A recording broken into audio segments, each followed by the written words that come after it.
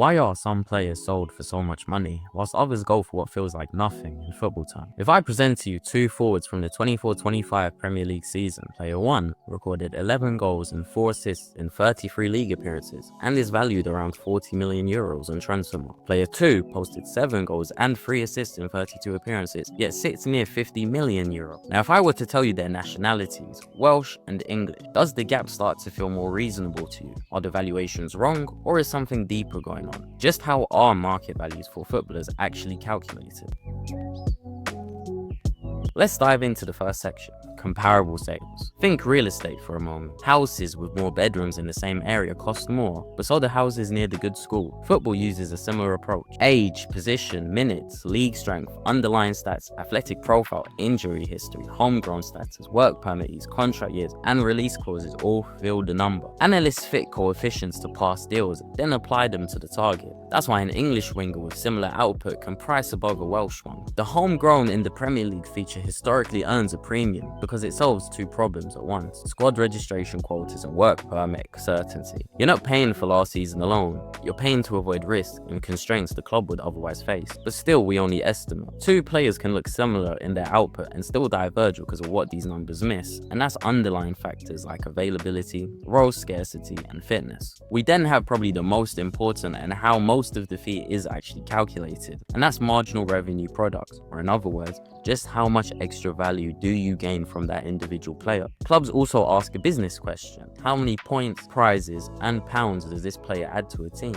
Marginal revenue product is calculated by change in revenue per league point times player's impact on point. The second term comes from performance models. For attackers, you could think expected goals difference whilst on the pitch, or for defenders, you could think chances conceded. It differs by position and by club. Going back to the first term in our equation, revenue per point is club specific. Prize money, TV money, match day, and the commercial uplift from being in Europe or going deep in competitions. We can do an example together. A player projected to add 0.15 points per game over 34 league matches, that's roughly plus 5.1 points across the season. If each additional point is worth, say, €1.8 million to a club once you blend TV money, prize money, and match day effects, the on-pitch MRP is around €9 million per season before commercial extras. Multiply that number by expected availability and contract length, discount for time, and you get a present value. That becomes one anchor in negotiation. Notice what crept in: availability. A player who reliably logs 3,000 minutes has a higher expected MRP than a fragile star on 1,800 minutes. This is why iron men like Valverde, Bruno Fernandes, and Hakimi, who were the three outfield players with the most minutes logged in Europe's top 5 leagues last season, are valued so highly. Dependability drives the expected part of the expected value. On to replacement costs and role scarcity. Now, the market reality: even if your model says the player is worth €45 million to you, the fee you pay depends on the cheapest alternative who can give you similar output. Replacement cost is equal to the price of the next best feasible option. When a profile is scarce, think the left-footed ball-playing centre-back like Mickey van der Ven,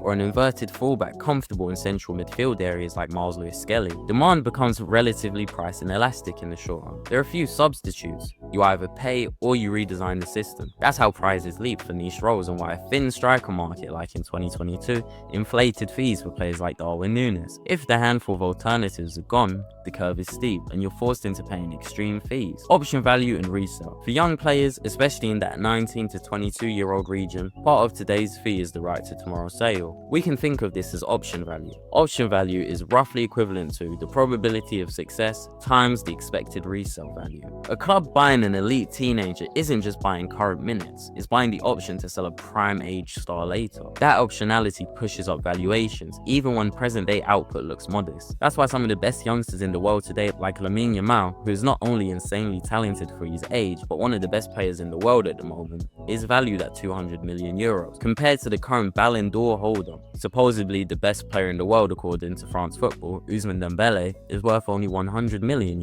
It's not that Lamine Yamal is double the player Dembele is, but instead Lamine Yamal is only 18 years old with his best years ahead of him, compared to Dembele, who is 10 years older and in his prime already. We then have style fit. This is where two similar outputs can diverge drastically. League translation. Output is adjusted by league strength and role context. We always hear how much better the Premier League is to other leagues, but is this actually true? Market values tend to agree. Numbers in the Premier League typically translate more cleanly than numbers in other leagues. How many examples can you think of players struggling in England, moving abroad and achieving instant success? Napoli's Scott McTominay produced 12 goals and 3 assists from midfield, which led to him winning Player of the Season in Serie A last season, and led Napoli to the title. Prior to the move, he was seen as excess to requirements in a very poor Manchester United team. Or on the other hand, think Tottenham's Xavi Simons. At RB Leipzig last season, he produced 10 goals and 6 assists in just 25 appearances. Seen as one of the most promising young talents in the world, yet has only produced a single assist through 8 games in the Premier League so far this season. But even more specific, especially for the buying team, is how a player can fit into their system. A team like Arsenal, who play the ball out from the back, are going to value a ball-playing keeper like David Raya much more than an elite shot stopper, whereas Real Madrid value elite shot stopping like Courtois over ball-playing ability. Hence, different club valuation of styles will cause MRP to diverge over club. Accounting and rules. Two identical players can fetch different fees because of the book. Chelsea have become infamous for signing players to 7+ year contracts, but what they're actually doing is extremely clever. Transfer fees are often paid over long periods of time for accounting purposes. A fee paid over 5 years can hit the profit and sustainability targets for a club much better than paying all at once, especially with the governing bodies seemingly becoming more vigilant of financial fair play in recent years. Selling clubs book almost pure profit on academy graduates because book value is near zero. That's why a club under PSR pressure might sell a homegrown talent for a higher fee, and why they might overpay to swap assets with long contracts. It moves the right numbers in the right year. Timing matters too.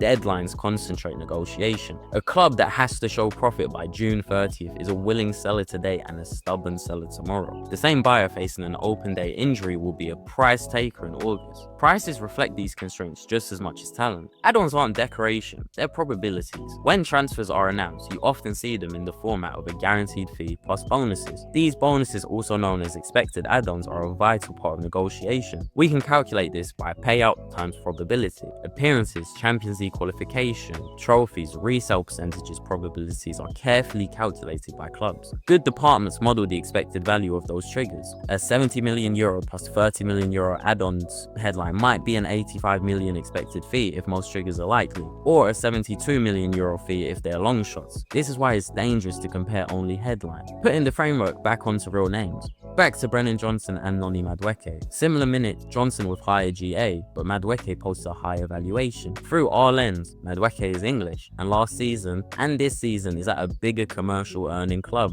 than Brennan Johnson is. Historically, that feature commands a premium. MRP, stylistic ceiling matters. If your model says Madueke's on-ball isolation ability, 1v1 take-ons and age curves carry more upside in your system, his expected points added across a contract can exceed Johnson's even with lower current output. Replacement cost. Right-sided, left-footed wingers who can play inverted or go wide can be a more valuable asset than a right-footed right winger. Scarcity lifts the price. Option value. Madueke is also a shade younger, which slightly extends the resale runway. You don't need to agree with the outcome to understand why it happens. The Mudryk case shows the market gears in motion. Two massive clubs, Arsenal and Chelsea, bidding in a tight January window. A selling club with leverage, and a player profile viewed as a system critical created an auction. Headline price soared. Was it worth it? That depends on the buyer's MRP estimate at the time and their belief about option value. In pure economics, auctions tend to expose the winner's curse. The party with the most optimistic estimate often wins and occasionally overpays. Here's a simple checklist you can use on any transfer rumor. Instead of just going off of how good you think a player is/isn't, when you see a fee, ask yourself these questions. Are there 2 to 3 recent deals for similar age/role/minutes, and what were they?